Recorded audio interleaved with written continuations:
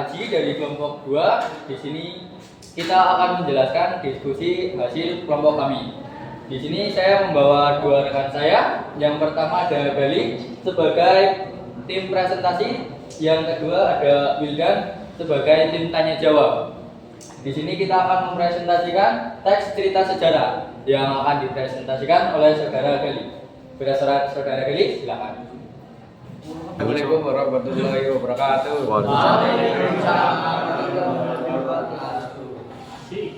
Saya dari kelompok 2 akan mempresentasikan pengertian teks cerita sejarah.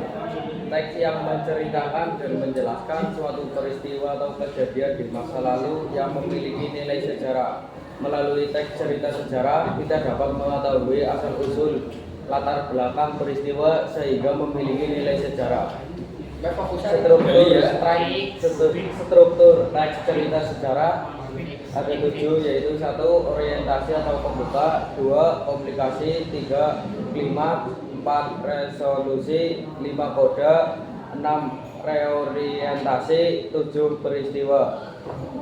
Contoh cerita sejarah Jawa Tengah: Sangkuriang, Timun Mas, Cindelaras, asal-usul Batu Raden, Haji Saka, dan asal-usul huruf Jawa.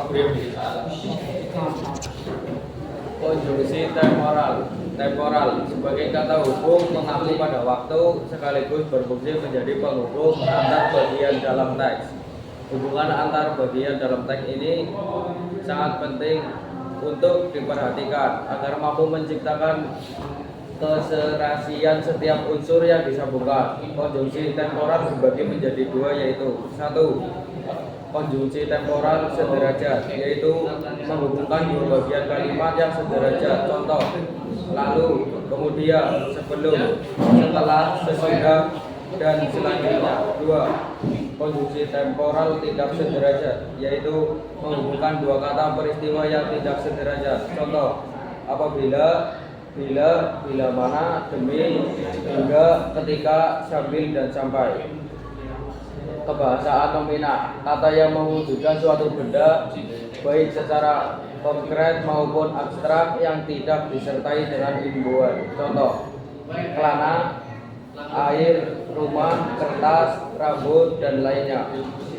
Kebahasaan nominalisasi, penggunaan verba atau kata kerja atau adjektif sebagai nomina kata benda dengan atau tanpa perubahan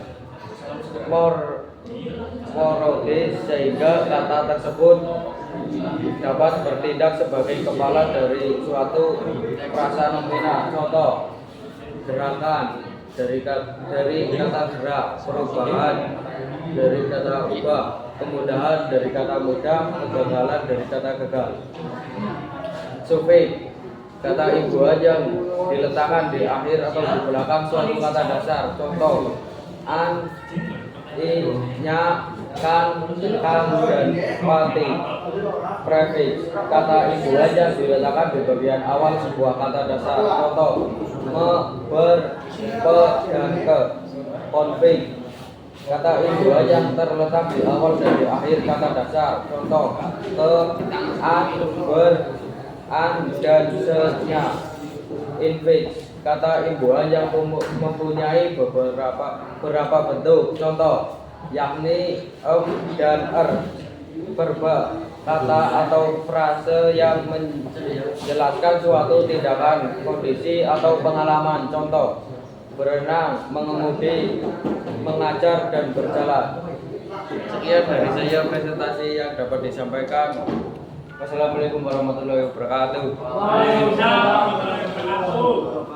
Nah, berikut tadi presentasi dari saudara Gali. Apabila ada yang ingin ditanyakan, silakan saya buka sesi tanya jawab. Assalamualaikum warahmatullahi wabarakatuh. Waalaikumsalam warahmatullahi wabarakatuh. Saya dari kelompok 3 ingin menanyakan apa saja hal yang harus diperhatikan dalam menulis teks cerita sejarah. Oke, pertanyaan dari kelompok 3 akan dijawab oleh Wildan dari tim penjawab. Kepada Wildan, dipersilakan. Ya. Ya, saya akan menjawab pertanyaan dari kelompok 3 tentang langkah-langkah menulis teks cerita sejarah.